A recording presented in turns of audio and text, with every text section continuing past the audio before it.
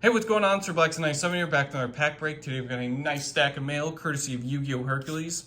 Probably one of my OG and one of my biggest YuGiOh sellers, so very appreciative of him for all the cards he sent, and especially appreciative of all the cards sent in today's pack break. So without further ado, let's jump right into it, shall we? Starting with a quarter-century secret rare Dark Magician. I'm a big fan of Dark Magician, so having this one is no exception, especially. It's just such an awesome looking quarter-century seeker. I know Violet will be definitely excited to have a copy of this, but still glad I was able to pull another one. Big thanks to Hercules for sending that one in. Moving on to a couple of gold rares, we have a Monster Reborn. As always, got to revive your monsters. A Rusty Bardiche, just because he looks super cool as a gold rare. And then finally, an alt art Tour Guide of the Underworld. I never got the alt art for this card, so definitely had to pick this one up while it was still available.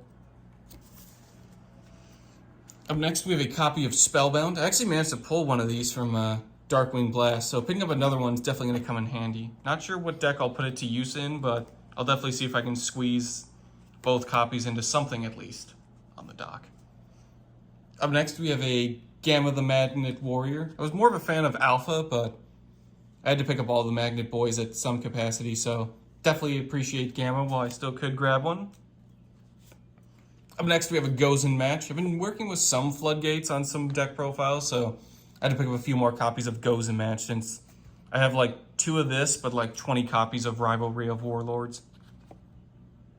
Up next, we have a nice little classic card, Asura Priest. Probably one of my favorite spirit monsters. That and the sort of higher level ones, like, what was it, Yamata Dragon. That one's just such a cool looking one, but this one's still no exception as well. Just being able to attack all your opponent's monsters, that's pretty nice.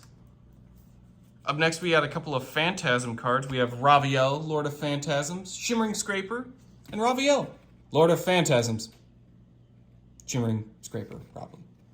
I mean, it's the regular and the Shimmering Scraper counterpart. Both are the Mega Tin versions, which just look incredible as Prismatic Secrets, and both go pretty well together, especially with the Shimmering Scraper just turning Raviel base into an 8,000 attack monster. So that's super incredible. That's pretty awesome. Glad I was able to get those 2 while I still could.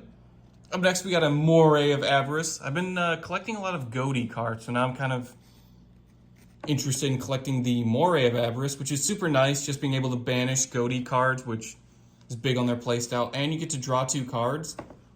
It's like 2 birds with 1 fish. Or I guess 2 fish with 1 stone. Up next, we got a really nice Blackwing Simoon, the Poison Wind, for the Blackwing deck. We finally have a winning formula, so now I'm just collecting all the cards we need to get the deck rolling. So stay tuned for that coming down the road. Up next, we have a Beaver Warrior. Not really a flashy card, but I used to run this quite a bit back in the day, along with Celtic Guardian, so just for nostalgia, I had to pick up a copy of the Beaver Warrior.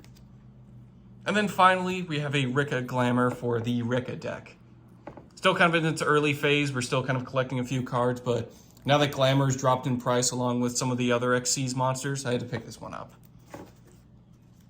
Huge thanks to YuGiOh Hercules for sending all these cards in. They're going to go to use in plenty of decks and binder pages, so very grateful as always for all the cards he sends in.